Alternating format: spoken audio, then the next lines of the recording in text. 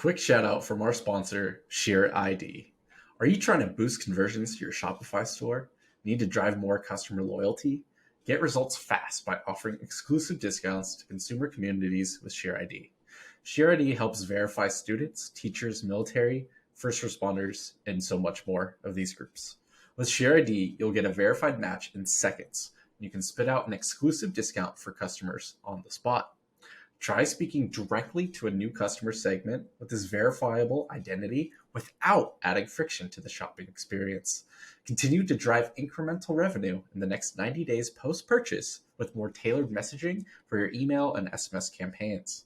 I personally tested ShareID to see just how easy it was to get set up, and I was pretty much ready to go in under 15 minutes. The onboarding was simple enough for me to follow as a non-technical person. Go to shareid.com/Shopify and start your free trial today. Once again, that's shareid.com/Shopify and start your free trial today. Hello and welcome to Ecommerce Uncovered. I'm your host, Matt Lady. Each and every week, I get to talk with and learn from enthusiastic guests, freelancers, agency folks, in-house marketers, and founders, all in an effort to help you bootstrap your D2C brand profitably. We got 2 episodes a week, which will have you staying up to date on the ever-changing industry and learning fundamental concepts and tactics to apply to your brand. Enjoy the show. Today's episode is with a talented writer, but most importantly, a huge friend of the felines, a cat lover. Our guest is the co-owner of Paramount Pet Health. They connect pet lovers with science-backed supplements to help their pets live longer. She's also the owner and conversion copywriter of Punchline Copy, a freelance consultancy that writes jaw-dropping effective copy optimized for conversion and served with sass. Last but not least, also the copy director of Snap Copy. Snap Copy is your expert on-demand copywriting team. Get much better copy in as little as 48 hours. Please welcome Lianna Patch. Thanks for your time. Oh my gosh, thanks for having me. I've just realized I'm doing too much, Matt. If it takes you 5 minutes to go through everything I'm doing too much.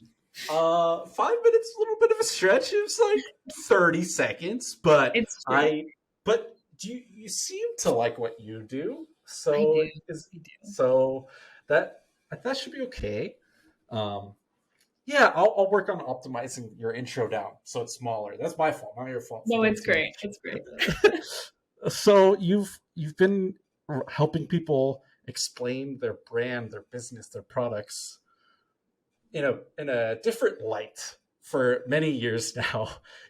And one of your main tenets, one of your core principles is making your copy less boring. Like boring copy is literally killing your brand, killing sales. So how I know part of it is because you used to kind of be doing comedy and you're writing and kind of blend the two together.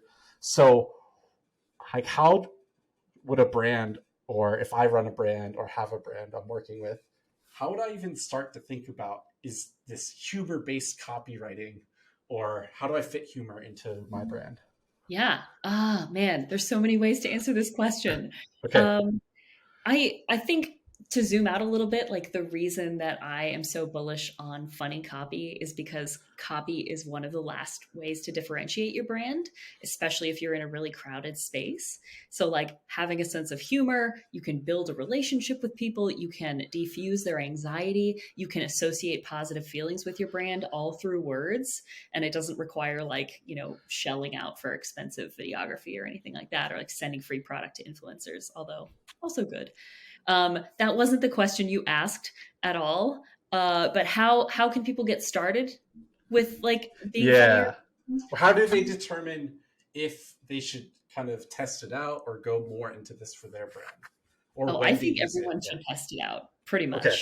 And I feel like you don't start a brand unless you have an opinion, right? You have a stance. So like, what are you certain about? What are you passionate about? There are probably jokes to be made around that. You can make fun of yourself. That's a really safe option. Yes. You can make fun of things that we both acknowledge exist in the world. Observational humor, also very safe. I think brands are often resistant to being funny because they assume right away that they're going to go 0 to Cards Against Humanity. And what's up, idiots? Buy our stuff. Oh, don't. We don't care. But like, there's a spectrum, right? And you can be like, 10% funnier and kinder and warmer and see the results on your conversion rate and your LTV or lifetime value if we're not doing shitty acronyms. No, no, shitty acronyms are very much included. That's a relatively more common one, so It's a that's common all one. good. Yeah, sure. Yeah. Okay, so I love how you're like, it's not white and black. It's not like funny and not funny. Yeah. But your point of view as the brand owner or brand operator, like you're saying, is you typically have experience, a point of view, something that led you to start this business. And for a lot of people, this business is like becomes a huge part or all of their life. So instead of Yeah. trying to be like another faceless corporation, big business, like lean into that you're a single person or one of two people that started this thing, right? And Yeah. that way you can have your voice translate through the copy. Yeah, and it's such a cliche, like, but I can't stop saying it. People buy from people, right? We connect with people. So, like, I feel like with any business, regardless of e-commerce or SaaS or consulting or whatever, when you first start, there's this impulse to make yourself look bigger and more professional than you are, and you hide behind like, we do this, and like a Yeah. little chat bot with no face on it.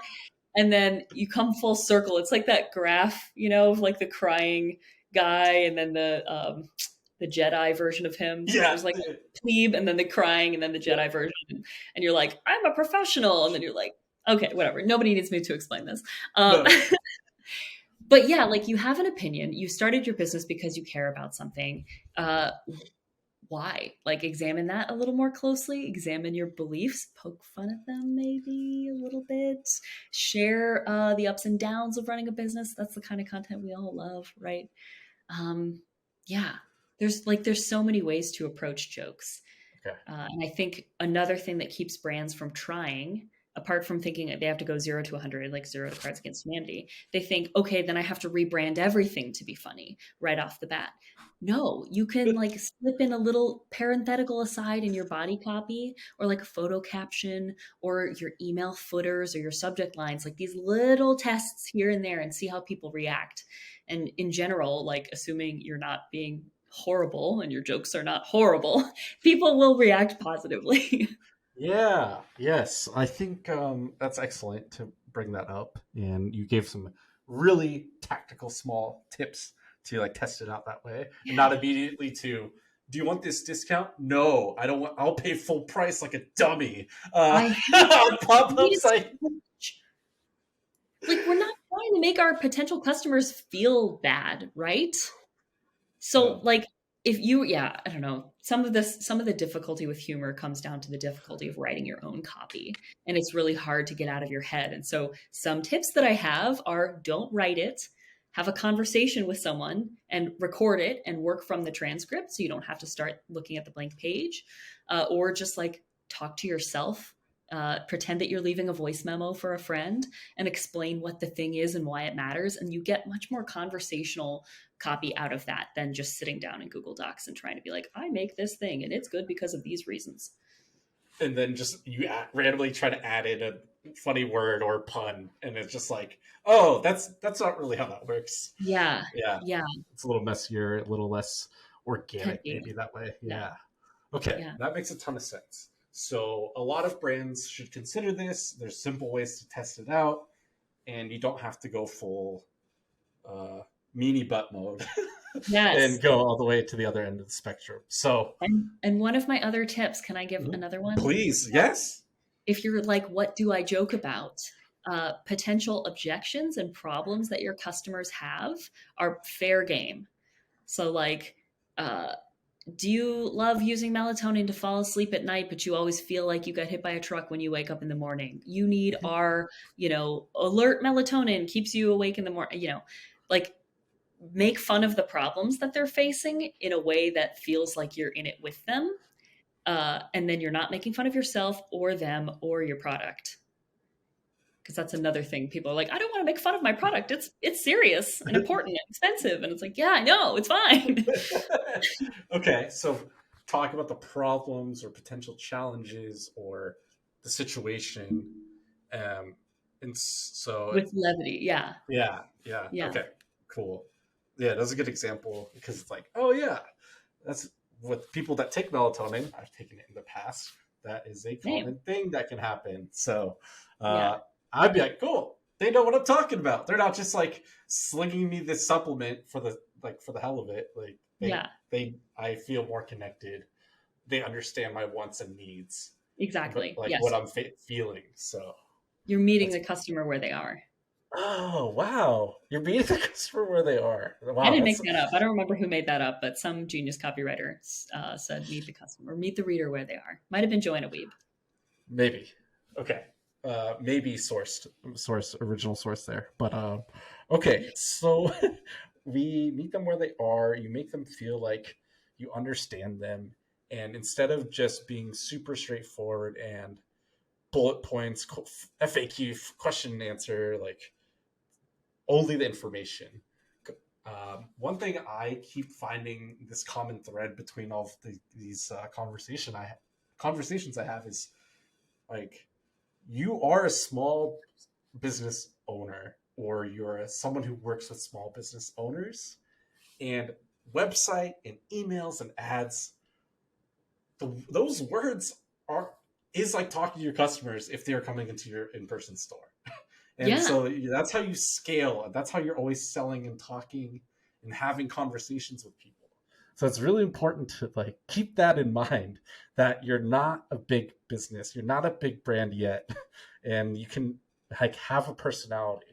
And also, nobody says that when you grow past 10 million, you have to get really boring and corporate. No, Like it tends to happen because the more people you add to, a committee, have you heard of copy by committee? no, but I've experienced it and it's Yeah. awful. It's declawed and all of its teeth get taken out. And some people call it a camel, right? A camel is a horse by committee. Camel is a horse designed by committee. Is that how it goes? Yeah. So like the more people you have weighing in on something, everyone's like, I want to have an opinion, and it's really horrible. But there are bigger companies that have a definitive and funny personality. So like you don't have to be bland just because you got big. Right. Yeah. Right. So okay, and you might even have more wiggle room or more leeway, or it Or might be more more. customer support people to deal with complaints. Yeah, true, true. Um, yeah, that'll help as you grow there. So I think it like you just going back to it's humanizing the brand. It's Yeah. like human to human. Like if you're talking with people in person, you're in line at a coffee shop, you could just repeat the same like answers. How's your day? Good. How are you? Like and just like stick to the script. And that's like what's normal and expected of people. And Yeah. that's what we expect on websites and ads sometimes. That's why we ignore it or don't pay attention or it doesn't get us to react. Yeah. But copy with humor, with fun, might have that pattern interrupt. It's like, oh, Yes. yes.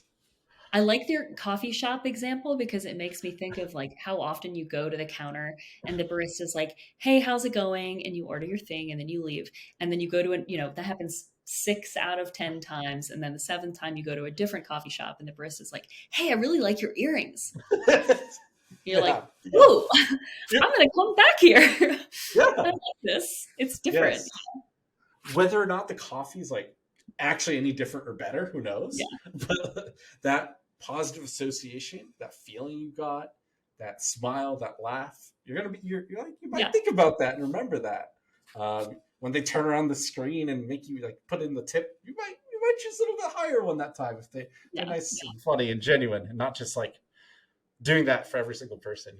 So Yeah. I think that's a good way to think about introducing comedy and funniness and uh, bringing your copy alive. So if you mentioned like kind of those simple places, email footers, body copy, photo captions. Those are like the simple like first Yeah. step into it. What if I'm wanting to like commit to the bit and like add this copy across and like make this like a pillar and a part of my strategy moving forward. Say I'm starting a men's skincare brand and it's called Dirt because this is what's happening. So like, and it's like rub some dirt on it, right? Yeah. And so I already have that like kind of as part of the structure. What else, or what areas, or how would you help me think about that and expand Yeah. that out into other parts of the puzzle? I think there's a process of self exploration and or brand exploration where you're like, there's different senses of humor, right? There's kind of like wholesome and goofy, inoffensive, family friendly, like dad jokes and puns and things like that. There's very highbrow and intellectual where they make references to something that you have to have prior knowledge of, like a scientific principle or a piece of literature or an art history fact. There's dark and morbid, where it's like, oh, we're going to make jokes about death. There is crass and lowbrow, where you get all the poop jokes and sex jokes. And then there's like absurd and surreal, where like it might not be a joke because it doesn't have a punchline, but then that's the funny part because it just doesn't resolve. So you have to figure out like how much of each of these characteristics do you want your brand to sound like? And it's hard to know, right? If you don't look at this every day and think about like, oh, what kind of sense of humor is this? So you can start keeping a short list of brands that are hitting the tone that you like, or that have that personality that you like, and see what they have in common between them. Like, are they making dad jokes? Are they using wordplay and puns and making portmanteau? How are they representing that sense of humor in their copy? And how can you do that with your own joke topics? So I think it's kind of starting with research in the same way that a lot of conversion copy does, because you start with your customer research and you turn that into the messaging that they need to hear. And then you bring in that brand sense of humor to be like, this is our own unique take on the problems that we know you have. A quick reminder from our sponsor, ShareID. Find your next lifetime customers by providing verified discount codes based on occupation or life stage. Speak directly to veterans, students, teachers, first responders, and continue to tailor your messaging to them in the future with post-purchase emails and text messages. Make them feel seen with your brand by using ShareID to seamlessly verify their email in seconds during the purchase process. Go to shareid.com/Shopify and start your free trial today. Right. Yeah. Okay. And going along with my example and my dirt brand that's launching whenever, cool. I looked at all these other men's skincare brands. Yeah. Like, and they're all like so, use our skincare products and you'll be sexier, more confident, and get women and get a promotion. Okay. And like, it's like super like, about that. And so I think I can be like, cool, I don't want to do that. And I can focus more on the self or humor or, that, like you said, dad joke kind of humor, and make it more relatable to the average everyday person, rather than, I get what they're doing and they're trying to sell you like a better version of yourself. Right. And like, you need this $35 facial moisturizer to do that. And it's like, okay, well, maybe. But yeah. What a powerful angle that gives you. If everyone else is like, you need this to be better, you can be like, hey friend, you're great as you are. Even if you have acne, even if you haven't ever washed your face and you're 37 and you're just learning how, like, it's chill. We got you. You don't need fancy ingredients. We got, we're going to walk you through it. And then immediately you're differentiating yourself. Yeah, no, that's super. That's really good. Example on the fly like that. Yeah. And that's humor. It's not, you're not like calling out any competitors. You're not like bashing on anyone in part, like specifically, but you're kind of taking that stance and you're digging your feet into the ground and be like, this is us. Like, we're not that, we're this. Yeah. And so that helps that point of view come out, and then you're able to communicate it with some jokes and lightheartedness or whatever angle. Yeah. And you can say, like, other skincare brands will try to make you feel bad about where you are now to get you to buy this thing. We don't ever want to make you feel bad. Buy our stuff or don't. We do think it'll make you feel even better about yourself, and you deserve that. Like, and that's kind of based on what we call in copywriting the takeaway close, which is where it's like, hey, don't buy this if you're not like super into this idea. Like, this isn't for you. And people are like, but I want it. We're so simple. We're just monkeys. Yeah. Yeah. We're slightly evolved monkeys. cookies, Yeah. but I do want it. Okay, okay, so that's good. And so you can compare to competitors, but if you don't want to call out anyone specifically, you don't have to. Yeah. You can kind of just be like us versus the other ones. Yeah. Like that's a really good pattern that you notice that everyone else is like, we're super like retro and like manly and yeah, It's sand like, down your face because you can't exfoliate as a man. You gotta like buff. yeah, no, yeah, just rub some dirt on it. Just take Yeah. care of it because that's just like I don't know what kind of humor that is, but it's relatively nostalgic for a lot of. Uh, I'm sure women have heard this phrase too, but as a guy growing up and as a kid, you're like, "Oh, you're fine. It's just a little, it's a little cut, little bruise. Just rub some dirt on it, get back up and keep playing, or get back out there." Right? So, I have heard this. I never personally rubbed dirt into my cuts, but yes. yeah, no, I can't say I have either. I've heard it plenty, but I Yeah. think that's just kind of another way to. I've been thinking about it because it's nostalgic in a Well, way, and it's like that point of reference that is a combined shared experience, right? yeah. So rub some dirt on it is definitely is wholesome, right? Because you're speaking to an idiom that we've all heard, but you're making it your own. And so what I would do in this scenario is think of all the other like cliches and phrases about dirt that I can think of and write them down and see if I can make any, wordplay out of them or some fun catchy taglines.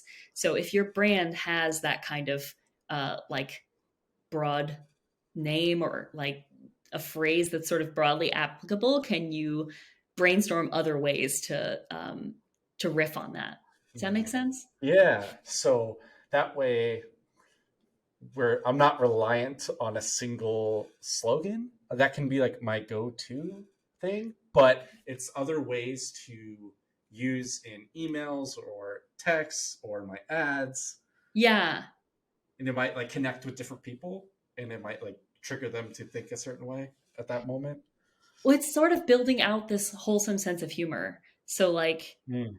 rub some dirt on it if you want to find like really grounding skincare. See what we did there? You know, uh, like that kind of dad Okay. joke is Okay. very like friendly and Yeah. it's like the golden retriever of jokes. Everybody gets it. Yeah. If you don't get it, no one gets hurt. True. Okay. Okay. Cool. I promise that this was not some like secret consultation. I just like kind of thought that's what I'm Yeah. sort of No, I doing with like this that. project. So Yeah, I appreciate you going with me on that for a while, and I have some sure. good ideas and tips now to kind of keep building that out. So that'll be fun. Yeah. Um, okay, so then how? I guess where then should people like what's the next step after building out this like research and you have these ideas and you start testing out in different places? Like Yeah. how do you write more of it? How do you build it out? How do you keep like expanding or iterating on it? Like how do we continue the process? It's not just like, cool, I made a joke in my homepage and that's it, like one Yeah. time thing. Like how do we keep working building off of it? I think keeping the lines of customer communication open is really important because you'll get feedback on that copy, like through your support chat or your contact form or customer service reply emails. People will tell you what they like and don't like, and you can see what resonates. So like you're not starting with anything inauthentic. You're writing something that feels right for the brand, and you're testing it on people, and they're telling you this piece is good, this piece is good. I don't get this piece and you're like, okay, more of this, less of that. So as long as you have that like two-way communication going, but also it's like what feels good to you. I there's so many lines on my website that I wrote drunkenly for me, and they're the ones that attract the best clients. Yeah. Okay, so it's keep an open line of communication, but also figure out what staying true to yourself means and your brand, and like this is your business, your products. Like you don't Yeah, have to, you don't want to or need to be for everyone in a way at the same time. exactly. Yeah. Yeah, Okay. yeah. And if anybody wants a challenge, I think after you do this sort of like self-gazing, and I have a quiz too where people can figure out their balance of those different senses of humor. Oh, cool. after you figure out like what type of humor resonates for you and your brand, give yourself the challenge of writing a plain text and or like text-based email to your list as the founder, saying like, hey, I just wanted to check in. I'm not like, this isn't a sale email, have a reason for emailing, like maybe announce something new that's coming up, but like try out that very personal and maybe even a little funny approach in a very short text-based email to the list. Ask for replies, see what happens. And actually ask for replies and see what Yeah. happens, and then Yeah. don't be offended or like take it the wrong way if it doesn't work or no one replies or you get more negative than positive feedback. Like, this is just the first test, like you're It just just trying it out. I've never seen like an overwhelmingly negative response to an email like that. I was just talking about this with Andy Humphrey, who runs Sprinkler Supply Store, which is a past client of mine. And he hired me to write their abandoned cart emails, which we did, and they're very weird and wacky, especially for like a wholesale like landscaping parts store. So it's like Kyle is crying because you didn't finish checking out. He's under his desk. Like, we're gonna have to call his parents. Can you please just finish checking out? Um, and he and I have actually both been experimenting with writing to our lists, just like, hey, it's me. Here's what's on my mind this week. Hope you're having a good one. Yeah. And it's working great for him. It's working great for me because it just attracts the right fit people, and the ones who are like, why is this happening? Just fall off and unsubscribe. Yeah. Yeah. Yeah. Okay. Yeah, no, that makes sense. What's on your mind? And especially like water sprinkler systems is not particularly, it's not supposed to or generally is sexy or like flashy. It's usually those kind of businesses, like you're surprised that they even have an email list or Exactly. that the abandoned cart even works properly, right? Yeah. So I think that's just an extra way to stand out and really Yeah. think about the like new customer experience for that Ooh, first there's another actionable idea for listeners, right? Figure out where in your industry the bar is particularly low and how can you use copy to just vault right over it. Yeah, yeah, that's good because a lot of what we do is you do it and then it kind of stays and it's like automated, like on your site. Like you don't have to change your site every day. Oh yeah, you like your automated flows. You don't change those every day or every week. Like hopefully not. especially as hopefully not as a smaller store, you need more time and volume and data to get Yeah. back to see if it's actually working. So start with more research and analysis, like seeing where that gap is. So This is a that's big pretty cool. focus for me actually, especially with smaller brands. I like to be writing as close as possible to the revenue. So, like product pages, post purchase emails, transactional emails, because I want to be where the money is. I want to be where the money is. I heard that come out of my mouth and I had to sing it. Uh, Yes. because, like, that, again, those are your greatest opportunities, right? So, if you only have time this week to optimize one email, look at your Shopify transactional emails, add a little joke in there, add a GIF, add some levity, because the ROI of like paying attention and being human in those spots is particularly high. Yeah, that's really good. Transactionals, the order confirmation, those Hmm. ones, people are I saw a stat recently, Yeah, and I don't know how much it was, but it's like on average, customers check the status of the order 3 to 4 times every yeah, order, and I'm like, I don't ever do that, but like I'm not everyone, but that's a lot to be coming yeah, back to that same email or that same spot.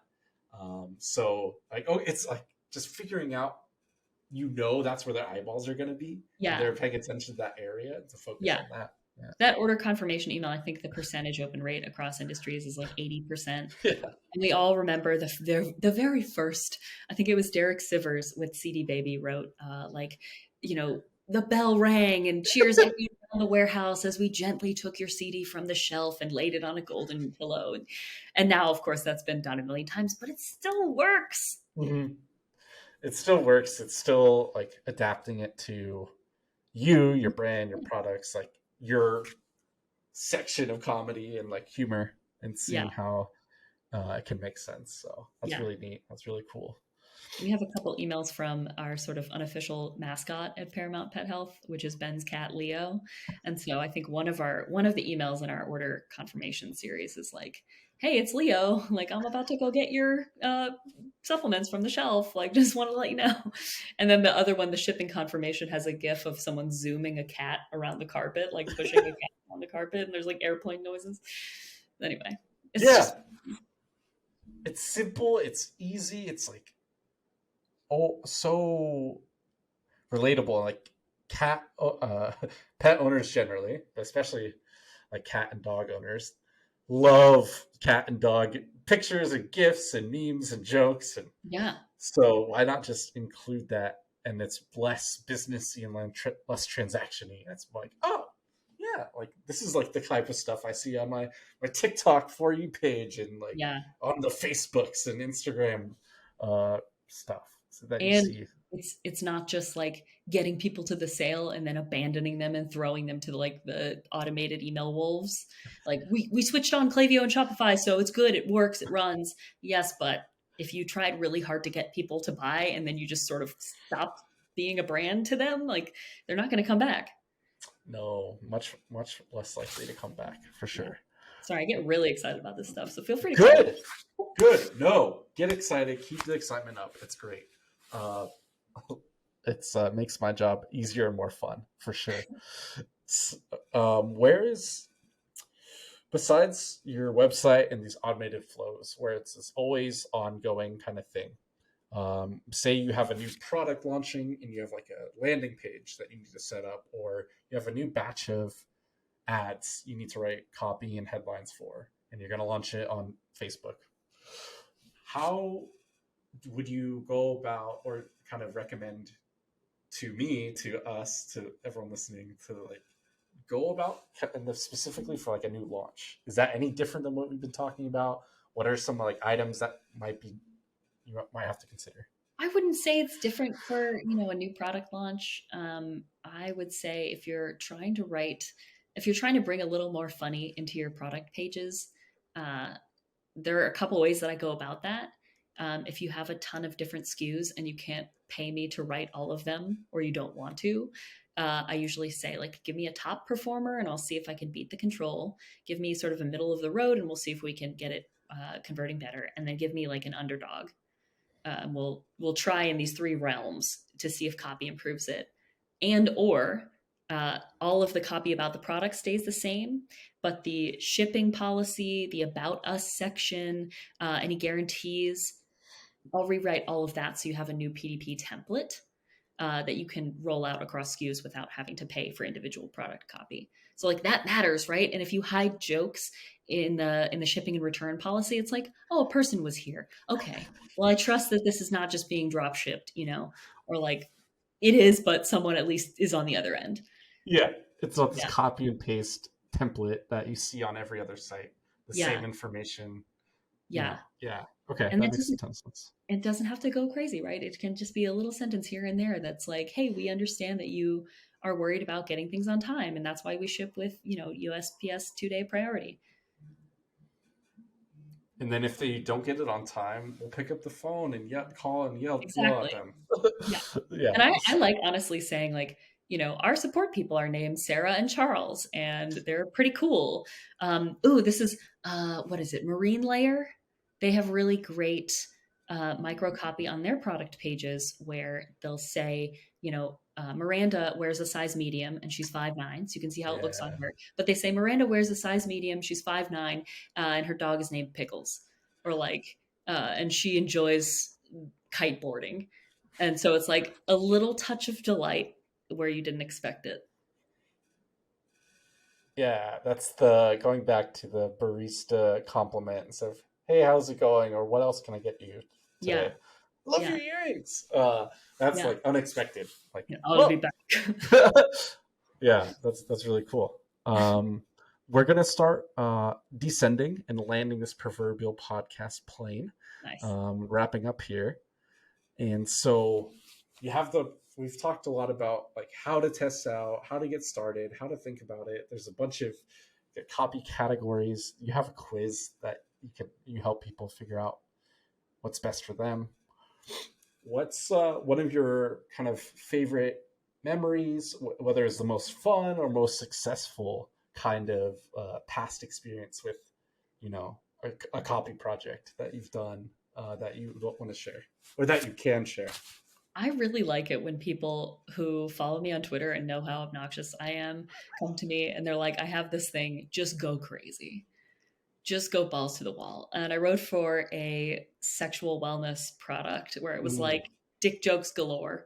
And it was great. That's what we wanted. yeah. It's like, those are my favorite kinds of brands where, you know, I don't have to be as careful putting together a brand sense of humor because they want my sense of humor. So it's much easier for me to just be like, this is how I'd write it.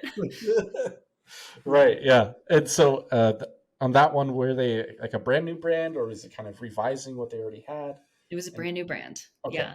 so there Yeah. wasn't like a before your copy and after. This is like the difference in like No, lift or anything. unfortunately. Okay. I have one case study, bless my own little heart, because I'm very bad at like getting back to clients about numbers, and clients are bad about reporting and measuring Yeah. things. Yeah. But I do have one official case study and several other spots where clients have been like, hey, this converted at 300%, higher than the control. Good job. And I'm like, okay, that's very gratifying. Thank you. My imposter syndrome thanks you. Yes. That's good. That's cool. So that like is that the number ultimately? Like you want that surprise and delight, that humor, the whatever to stand out, but ultimately, like you're saying, close to the revenue, actually making a difference in the business. So are Yeah. those like the conversion rate? Is that typically the one of the main metrics you feel you're in control or you can impact? Yeah, it's whatever action is closest to the copy, because I can't take credit for other things that happen in the funnel, right? So if add to cart conversions go up after I do an audit of the product page and rewrite the copy, then like sure, I'll take that. If email open rates go up after I rewrite the subject line, yes. If I don't touch the copy inside the email and click through rates go up, I can't own that. Sure. Um, Yeah. Well, yeah, you don't, yeah, it's harder to. You might be like priming them to be in a better mood because they opened it, True. and like whatever. Like, oh. Attribution is just, as you know, like it's like a dirty word. I'm sorry to anyone who just got triggered by me saying attribution. Ah, you got chills. You got triggered. Yeah. Uh, Attribution is a fun topic that we are not going to get into at all. Yeah. So that makes a lot of sense. Conversion rate, and so brand operators, brand founders, that's what they should sort of also be tracking. And then the qualitative responses. If people reply to your emails, like to your texts or Yeah. all that sort of stuff too. Yeah. We have a small yet mighty list at Paramount. And I write an email every couple weeks. And usually I get at least one or two people who hit reply and say, like, hey, thanks for this, or like, this made my day. And I'm like, that's great. That's all I wanted. Yeah, no, I, that's awesome. I, I made one person's day with this email. Cool. Good enough for me. Yeah, yeah, no, that's cool. Last thing is like the potentially like customer reviews. It's like not talked about, or I didn't think of until now. Of like, oh yeah, like you just usually get the typical prompt of like, okay, you got our product, give us 5 stars, or like, leave a rating, please. But I'm sure that's another one where humor and personality and uh, humanness would help a lot Yeah. on that area. Yeah. You have to be a little careful because if they had a bad experience and like you make a joke at that point, like there are ways to get around this. um, but yeah, you tread lightly with that. Yeah, yeah, no, that's very very valid. Very good point. Or maybe you say that till after they give you 5 star Yeah. review, and then you hit them up afterwards. Be like, cool, thanks for loving our brand, and you make them on some like VIP segment or something like that, Yeah. top customer stuff. Yeah. Yeah.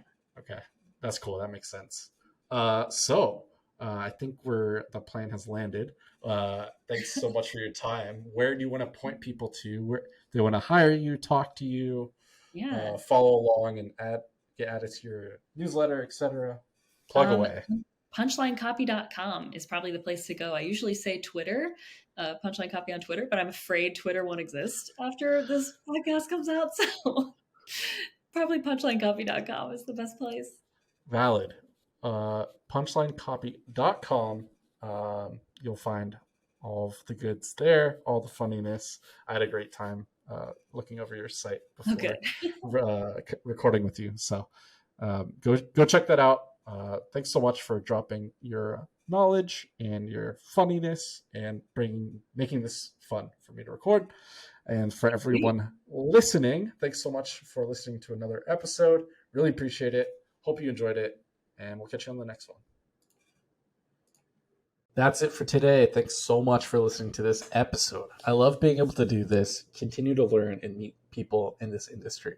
Every rating, review, and episode you share with a friend means so much to me, as I'm bootstrapping this show as part of my media brand, High Key Geek. If you haven't checked out my other show, Brand Builders, you should. It's with myself and Tom Brown and Richie Machiko. 2 times a week, we talk in a much more casual setting, and we think out loud, we brainstorm, and we share our lessons as we continue to operate and run businesses in the D2C space today. We didn't exit, we didn't just consult and advise now, and we're in the trenches every day still. So we're learning in real time and sharing it with you as we go. That's Brand Builders on High Key Geek YouTube, Spotify, Apple, or wherever else you find your podcasts. Catch you next time.